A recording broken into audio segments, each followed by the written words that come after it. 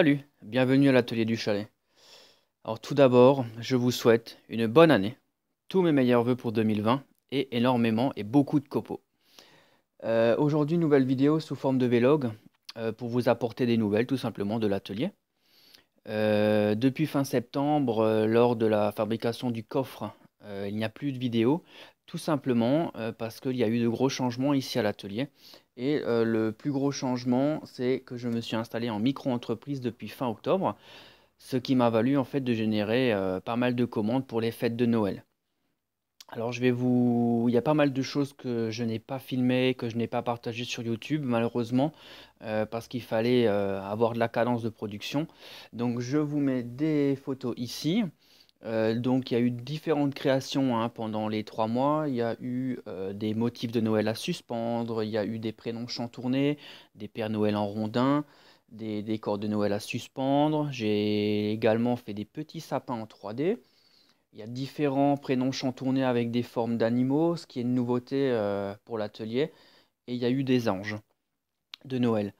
Euh, Pendant cette période-là, il y a eu évidemment d'autres commandes, à savoir que il y a 2 coffres que je dois réaliser et également un établi qui fera l'objet d'une vidéo un peu plus détaillée. Alors concernant les nouvelles machines en fait dans l'atelier, vous avez pu déjà depuis le début de la vidéo vous apercevoir qu'il y a un îlot central et derrière moi une scie à ruban euh, qui est la dernière arrivée. Alors concernant l'îlot central, ben, c'est tout simplement une table Kitty que j'ai rentrée cet été, que vous avez peut-être pu apercevoir sur la vidéo du coffre. En fait, j'avais pas fait de vidéo tout simplement dessus parce que je voulais me faire la main sur les différentes machines qu'il y a ici. Alors la configuration qu'on a ici, c'est rabot d'ego, scie circulaire, toupie et chariot à mortaise. J'ai eu la chance de... Alors vous savez très bien que ces machines-là, on les trouve que d'occasion. J'ai eu la chance de tomber sur une annonce en fait où ben, l'intégralité des machines était en excellent état avec l'intégralité des accessoires. À savoir que pour le rabot d'ego, il y avait une paire de fer supplémentaire avec tous ces accessoires de protection. Pour la toupie, c'est pareil. Pour le chariot amortisé, il y avait aussi des fraises, etc. Ainsi que pour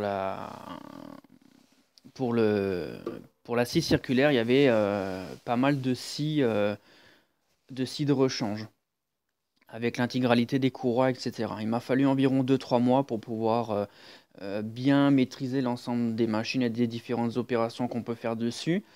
Les projets à venir ben, vont faire appel quand même au rabot d'ego, un peu à la toupie et au chariot amortisé.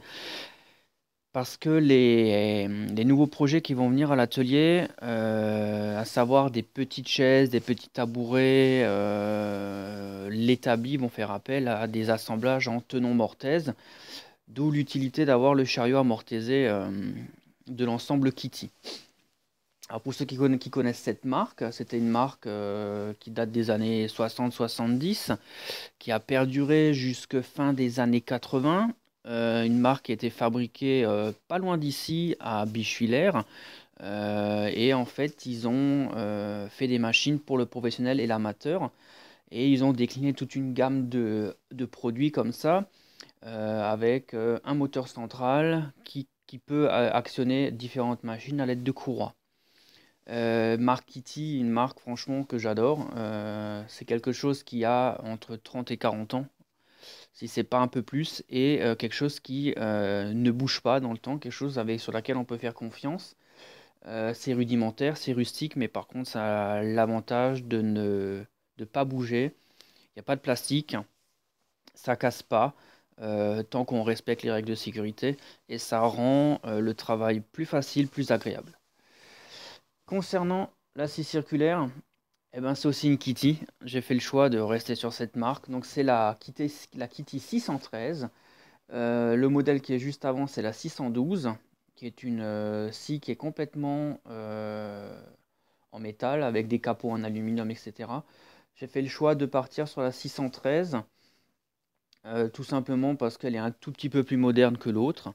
Alors celle-là, elle a l'avantage, j'ai trouvé une bonne annonce hein, parce que j'avais la machine avec les 2 rallonges de table, une table de rechange, ainsi que 5 lames de scie à ruban. Et donc, tout bon outil doit être affûté. Les lames ont été envoyées chez l'affûteur, également avec avec les fers de la Rabot d'Ego. Je vous propose de vous faire une vidéo plus détaillée sur l'ensemble de ces machines dans une autre vidéo, tout simplement parce qu'elle mérite vraiment d'avoir une vidéo séparée, détaillée pour chaque machine, en sachant que ce sont des petites machines. On va pas faire de la charpente avec, mais par contre, vu leur taille, on peut quand même faire des meubles d'assez grande taille. Je vais quand même vous montrer les machines. Donc, la Rabot d'Ego, suivi de la scie circulaire. On peut apercevoir le moteur à droite, le chariot à mortaise et la toupie. Pour la scie à ruban, Kitty 613, vous pouvez voir de chaque côté les 2 rallonges de table. Alors concernant les nouveaux projets récents, il y a eu des petites mangeoires à oiseaux. Je vous mets une petite photo juste là. C'est un projet qui me tenait à cœur parce que tout simplement, c'est quelque chose de sympa d'avoir chez soi pour donner quelques graines aux oiseaux l'hiver. Je vous laisse regarder les petites photos. Et il y a aussi également dans la catégorie des objets de décoration, quelque chose que je voulais également réaliser depuis un moment. Ce sont des petites banderoles avec un cœur qui est vraiment style chalet, fait dans de l'épicéa. Au fait, c'est marqué bienvenue. Je vous mets également une petite photo. Concernant le bois également, nouveauté. Alors, depuis les débuts, l'atelier se fournissait principalement en grande surface de bricolage.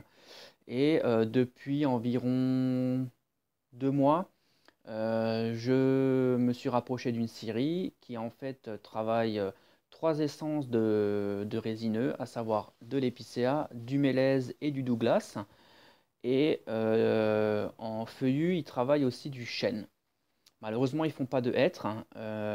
J'aurais voulu pouvoir avoir du hêtre pour développer toute la gamme des jouets en bois. Mais pour le moment, je suis content d'avoir trouvé une scierie qui puisse me fournir dans un bois correct. Alors, je voulais également vous parler d'un petit coup de pouce, d'un petit clin d'œil en fait, pour ceux qui connaissent la revue Bois Plus. J'en profite pour remercier Christophe Lahaye qui m'a contacté au mois de décembre dans le cadre de leur hors-série du mois de janvier qui s'appelle le Bois Plus, hein, le web des boiseux, dans lequel il m'a proposé de faire une présentation de l'atelier du chalet. Et je lui ai renvoyé tout ce qu'il avait besoin pour ça. Et vous pouvez retrouver l'atelier du chalet à la page 28. Voilà, à la page 28, ici en bas, vous pouvez retrouver l'atelier du chalet, noyé au milieu des plus grands. Alors c'est extrêmement gratifiant pour moi de pouvoir me retrouver dans un hors-série voilà, concernant le bois et de me retrouver à côté des plus grands. Donc voilà, je remercie encore Christophe Lahaye pour ce coup de pouce. Je voulais également vous parler de Facebook. Facebook est devenu un média et un réseau social qui permet de communiquer très rapidement sur ce qui se passe. C'est pour ça que ces derniers temps, je l'ai beaucoup privilégié, tout simplement, parce que les photos permettent, on fait une photo et ça permet très rapidement de les mettre en ligne. N'hésitez pas à me suivre sur Facebook, je poste énormément là-dessus, ça va beaucoup plus vite, je réserve le YouTube vraiment pour les vidéos détaillées.